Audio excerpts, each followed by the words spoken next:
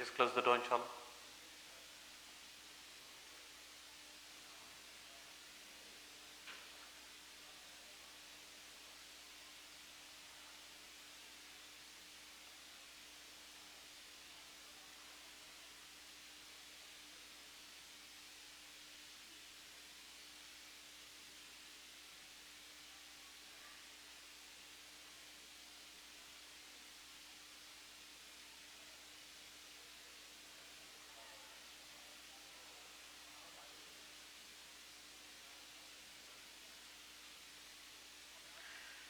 أعوذ بالله من الشيطان الرجيم بسم الله الرحمن الرحيم وما أنزلنا عليك الكتاب إلا لتبين لهم الذي اختلفوا فيه وهدى ورحمة لقوم يؤمنون والله أنزل من السماء ماء فأحيا به الأرض بعد موتها إن في ذلك لآية لقوم يسمعون وإن لكم في الأنعام لعبرة نسقيكم مما في بطونه من بين فرث ودم لبنا خالصا سائغا للشاربين ومن ثمرات النخيل والأعناب تتخذون منه سكرا ورزقا حسنا إن في ذلك لآية لقوم يعقلون. Inshallah, today we are continuing from ayah number 64 of Surah An-Nahl. Last week we finished off with one ayah in which Allah subhanahu wa ta'ala declared that He sent Anbiya alayhi salatu wasalam to all the previous nations that came before us. And we mentioned that our ummah is the last ummah, and based upon that the Prophet sallallahu alaihi wasallam was the last prophet, and therefore the responsibility of prophethood and calling people towards Allah subhanahu wa ta'ala becomes our responsibility. So, carrying on that same message of sending Anbiya alayhi salatu wasalam, Allah subhanahu wa ta'ala addresses the Prophet sallallahu alaihi wasallam directly. And when we have the Prophet being addressed directly, indirectly the ummah is being taught something also. So Allah subhanahu wa ta'ala says, وَمَا أَنزَلْنَا عَلَيْكَ الْكِتَابَ إِلَّا لِتُبَيِّنَ لَهُمُ الَّذِي اخْتَلَفُوا فِيهِ. O Prophet of Allah, the book was revealed to you so that you could clarify for them that in which they have ikhtilaf, that in which they are disputing. So what used to happen, as we mentioned before, the Anbiya alayhi salatu wasalam came, they gave the message, they taught the ummah, and the people accepted, and then after the Prophet left, died, or was raised in the case of Isa alayhi salatu wasalam, the people started forgetting and started committing shirk again, started idol worship, and contaminated the message that the Prophet had come with. So Allah subhanahu wa ta'ala is putting all that mixing up and changing into one word, which is called ikhtilaf. Ikhtilaf basically means a difference of opinion. Okay? Ikhtilaf, disputing, difference of opinion. So they disputed difference of opinion from the Prophet that had given them the message. It was different to the message, the original message that was given to them. So they did ikhtilaf of that message. So Allah says to the Prophet sallallahu alaihi wasallam, O Prophet of Allah, we sent you the book, we only sent you the book so that you could explain to those people that have this ikhtilaf, that have this dispute. وَهُدًى وَرَحْمَةً. And this book is guidance and it's a mercy. It's guidance and it's a mercy. What does guidance mean? What is the definition of guidance? Guidance means بيان الطريق الواضح للغاية النافعة. To define a clear way to a beneficial objective. That's what guidance is. And if I was to give you an example, somebody comes to me and asks me for directions to get to a certain place. For example, a halal restaurant in the city. So, if I am to guide him, that guidance is what? Bayan. It is al-tariq al-wadih.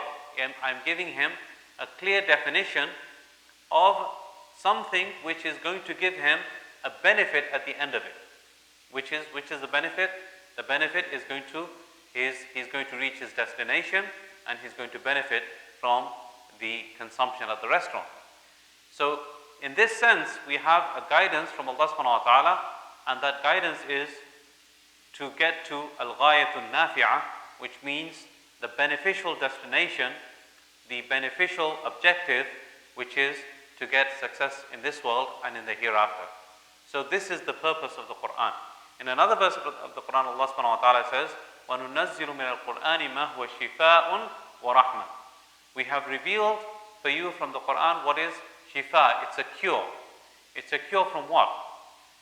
Not just physical illnesses, but also spiritual illnesses that we have inside of us. It's a bigger cure for that. Okay, we have obviously physical illnesses, and the Quran helps in curing physical illnesses in conjunction with taking medical advice. The reading of the Quran, the ruqyah and so on, it's beneficial for that. But the main thing that the Quran was revealed for was shifa, and another verse says, shifa'un lima fi sudur. It is a cure for what is in the hearts, the illnesses which are in the hearts, in the chests, which is the illness of ignorance, the illness of jealousy, the illness of hatred, the illness of looking down upon people, the illness of arrogance. All of these are illnesses that are in our hearts, and we need to remove them. The Quran, if we follow its guidance, it is a guidance for that. It is a cure for those illnesses. And rahmah, what does rahmah mean in this context? So Allah subhanahu wa ta'ala follows up guidance with mercy. So one is to get guidance temporarily. Okay?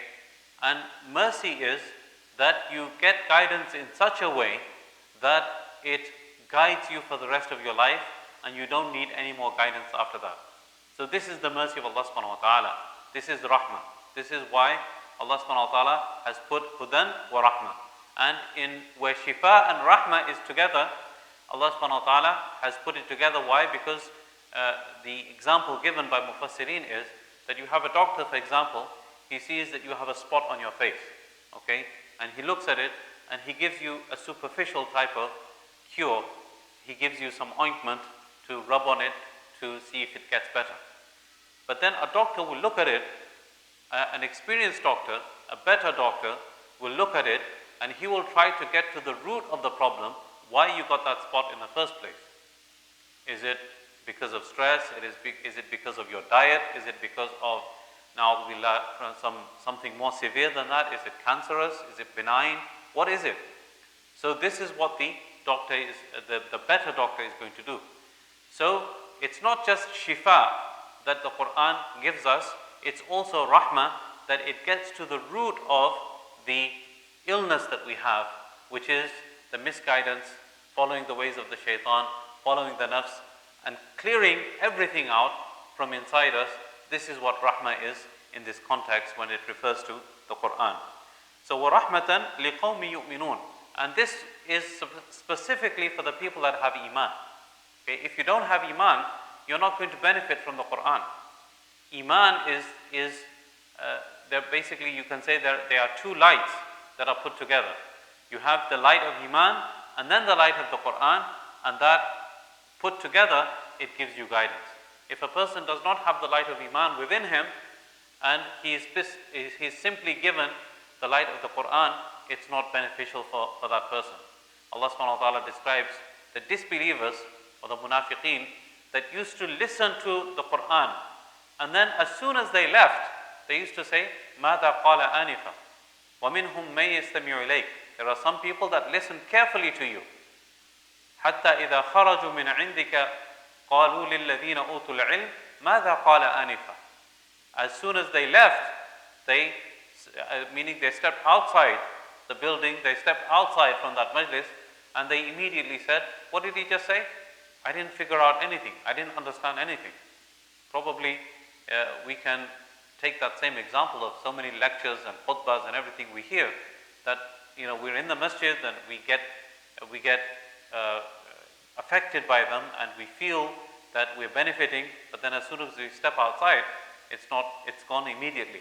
So it has to be much more than just listening superficially and just enjoying the lecture. It has to be much more than that. We have to put it into practice. So this Quran is guidance. It's a mercy for people of iman, not for the people that don't have iman, not for the hypocrites. If you truly want to benefit, then you need to work on your iman. And that is a constant struggle. It's not something that comes overnight. We have to constantly work on our iman. As the Prophet ﷺ said, Al-imanu bid'un wa sab'una shu'bah. Iman has more than 70 branches. So 70 branches means we have to work on every aspect of our iman, which means akhlaq, ibadah, muamalat, our dealings with people, our manners. Basically everything that the Prophet ﷺ taught, in it is a part of iman. So we have to implement all of those things inside us, and then the Quran will be beneficial for us. After that, Allah subhanahu wa ta'ala then, after giving us the spiritual dosage and telling us the spiritual benefit of the Quran, He then takes us to the physical world and makes us try to recognize His greatness through understanding and seeing the physical things that Allah has created for us. Allah subhanahu wa ta'ala says, وَاللَّهُ أَنزَلَ مِنَ السَّمَاءِ مَاءً فَأَحْيَا بِهِ الْأَرْضَ بَعْدَ مَوْتِهَا. Allah subhanahu wa ta'ala, He sends down from the skies water, and He makes alive that earth after it was dead. So we see that all the time, especially in Texas, where we have like a dry season. If we don't have rain for a long time, the grass on the lawn becomes dry, and then all of a sudden you have a couple of days of rain, and immediately everything starts becoming green and lush. And maybe in Texas it's not even that much, but you see it more in other states which are to the north, maybe like Virginia and North Carolina and so on, how the greenery just erupts straight away after the rains fall.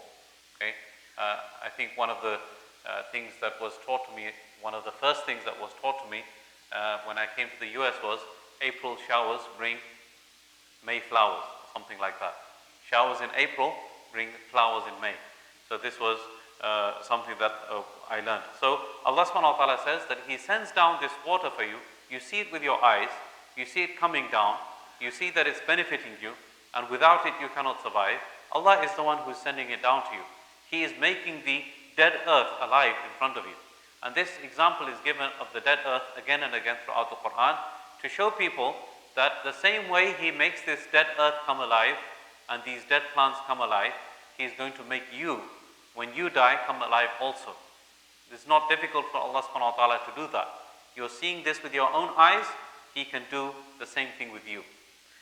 إِنَّ فِي ذَلِكَ لَآيَةً لِقَوْمِ يَسْمَعُونَ. Indeed, in it, there is a sign for people that listen. Indeed, in it, there is a sign for people that listen. So the question is, why Allah subhanahu wa ta'ala, He showed you something visual that you see with your eyes, and then at the end, instead of using the word يَنْظُرُونَ, looking, Allah subhanahu wa ta'ala used the word يَسْمَعُونَ, meaning hearing. Indeed, in it, there are signs for the people that hear. So the answer to that is that Allah subhanahu wa ta'ala and the teachings of the Quran and the Sunnah are basically taught to us, and if we listen, when it means listen, it means listen, believe and practice, then obviously we are implementing what Allah subhanahu wa ta'ala wants us to do. The first tool of internalization is listening to it. Listening meaning listening with the intention of practicing it. Okay, so you have, for example, a father, he says to his child, don't you ever listen to me? Of course the child listens to you, but if he is not practicing what you are telling him, then he's not actually listening. Okay, so this is what is meant here. Listening with the intention of actually practicing. إِنَّ فِي ذَلِكَ لَآيَةً لِقَوْمِ يَسْمَعُونَ. In another verse of the Quran, Allah subhanahu wa ta'ala describes the daylight, and He says, قُلْ أَرَأَيْتُمْ إِنْ جَعَلَ اللَّهُ عَلَيْكُمُ اللَّيْلَ سَرْمَدًا إِلَى يَوْمِ الْقِيَامَةِ مَنْ إِلَهٌ غَيْرُ اللَّهِ يَأْتِيكُمْ بِضِيَاءٍ أَفَلَا تَسْمَعُونَ. If it was continuous nightfall and night all the time, which God other than Allah subhanahu wa ta'ala would bring about light? أَفَلَا تَسْمَعُونَ. And at the end He says, do you not listen? So He gave you a visual image, something that you see with your eyes, night, darkness and light, but then at the end He said, أَفَلَا تَسْمَعُونَ. Are you not listening? Meaning it's not like the issue of seeing right now. The issue is listen to the guidance of Allah subhanahu wa ta'ala so you understand His greatness. After that, Allah subhanahu wa ta'ala then goes into describing a second thing, visual thing that we see with our eyes all the time. Allah says, وَإِنَّ لَكُمْ فِي الْأَنْعَامِ لَعِبْرَةً. Indeed, for you in the animals there is a ibrah. There is a lesson. There is a lesson to learn from the animals. Okay, what does an'am mean? An'am means domesticated animals, cows, goats, sheep, camels, and so on. These are known as an'am, the things that we benefit from their milk, from their meat, and their wool, and so on. So Allah says, indeed in these animals there is a lesson for you. What is the lesson? To understand the greatness of Allah subhanahu wa ta'ala. And He gives only one thing that we benefit from the animals, and we benefit a lot from the animals in many, many ways, like I've just mentioned. But He just gives one example. What is that thing? The milk that we consume on a daily basis. Okay, without milk, most of us would not survive. Okay, milk in our tea, milk in our cereal, milk in our coffee. It's a staple of our diets. The Prophet ﷺ used to make a special dua when he used to drink milk. He said, Allahumma barik lana fihi wa zidna min. Oh Allah, give us barakah in this milk and increase this milk for us. So this is again something that we need to understand, that it is good for us, it's good for our bones and so on. That I know there is an attempt nowadays to kind of demonize milk. But how can we demonize something that Allah subhanahu wa ta'ala has said that it's good for you? And the Prophet ﷺ made dua for an increase in it. Okay, so I'm sure that that it is good for us, and we need to keep our iman in this. Many people they tout the benefits of almond milk and coconut milk. If you read the ingredients of these things, there are so many artificial ingredients in them. I don't see the benefit of consuming those things. Allah knows best. Okay, so anyway, Allah says that وَإِنَّ لَكُمْ فِي الْأَنْعَامِ لَعِبْرَةً. Indeed, in these animals there is a lesson for you. نُسْقِيكُم مِّمَّا فِي بُطُونِهِ. We give you to drink. There's saqa yasqi and there's asqa yusqi. I don't want to go into too much detail, but when it is in this pattern, nusqikum, it means that indirectly we give you to drink. So one is that Allah subhanahu wa ta'ala gives you directly to drink from the heavens, and He sends down rainfall for you. That is directly. But indirectly, nusqikum, that indirectly Allah subhanahu wa ta'ala put the milk inside there, and we then derive that milk from the animal. Allah subhanahu wa ta'ala says, nusqikum mimma fi butuni, we give you to drink from its stomach, mimma fi butuni. And the thing is, Allah has used the word butun meaning stomachs, plural. And it is the cow doesn't just have one stomach, it has plural stomachs. So butun, plural is being used. From its stomachs, min bayni farathin wa damin labanan khalisan sa'iqan lisharibin. Between blood and waste, the dung, it is Allah subhanahu wa ta'ala gives you labanan khalisan. Laban, milk, khalisan, pure, sa'iqan, beneficial, lisharibin, for the people who drink it. Okay, so within the same confines, you have the waste being produced, you have blood inside there, and within those confines, Allah subhanahu wa ta'ala produces for your benefit, for our benefit, this beautiful milk, which is khalis, pure, and sa'ir, beneficial, lisharibin, for the people that drink it. Okay, so unfortunately what we have nowadays is too many mixtures inside the milk that is given to us. We have most of the milk here, it is mixed with vitamin D. Okay, Allah knows best how it harms us or not. Supposedly it's supposed to be beneficial for us. And then you have other mixtures too, like cows that are not allowed to graze outside, which is the natural way. Okay, they are basically just put in a machine and given hay to eat, and then it is producing milk after that. So the purity of the product that Allah subhanahu wa ta'ala gave to us, it has been tainted by commercialization. Okay, so the natural thing that Allah gave us, that is the best thing, and we should benefit from that as much as possible. But the miracle that Allah explained here is that the same confines of the cow's stomach.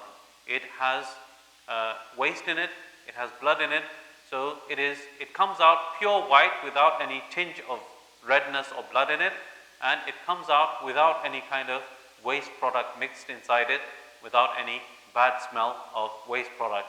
It comes out pure and white and clean for us.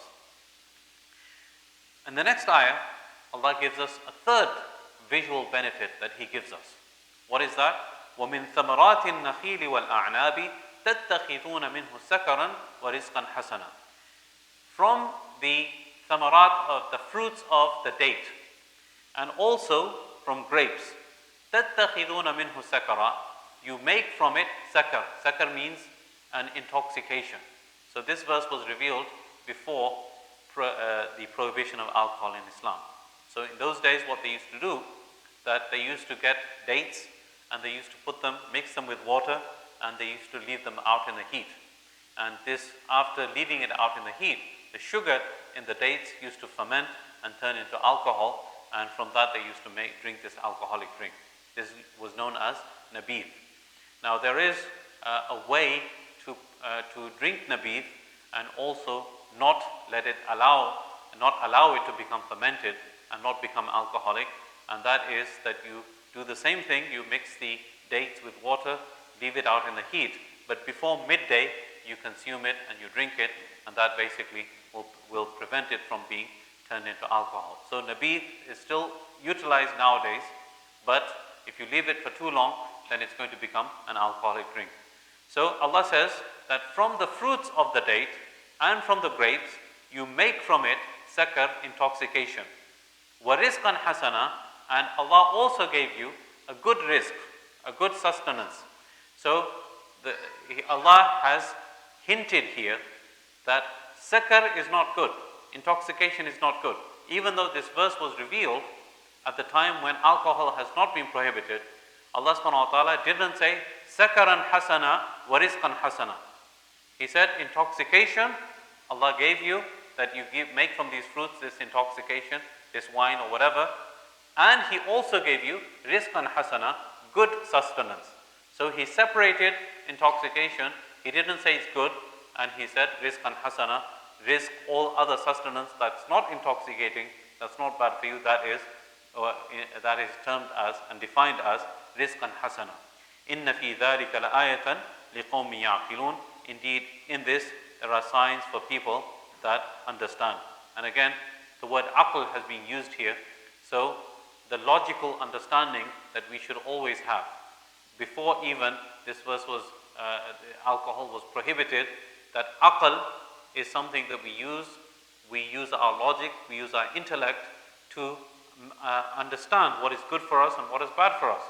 So the fact that Allah subhanahu wa ta'ala has not made it haram yet, the alcohol, still people are being told to use their intellect and to differentiate between what is good and what is bad for them.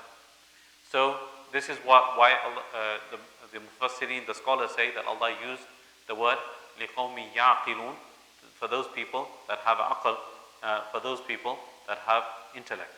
With that, inshallah, we finished today's lesson. We stopped at ayah number 67. Inshallah, we'll continue with this next week when we will talk about honeybees and their contribution to society. I pray that Allah subhanahu wa ta'ala gives us tawfiq to understand and practice what has been said and heard.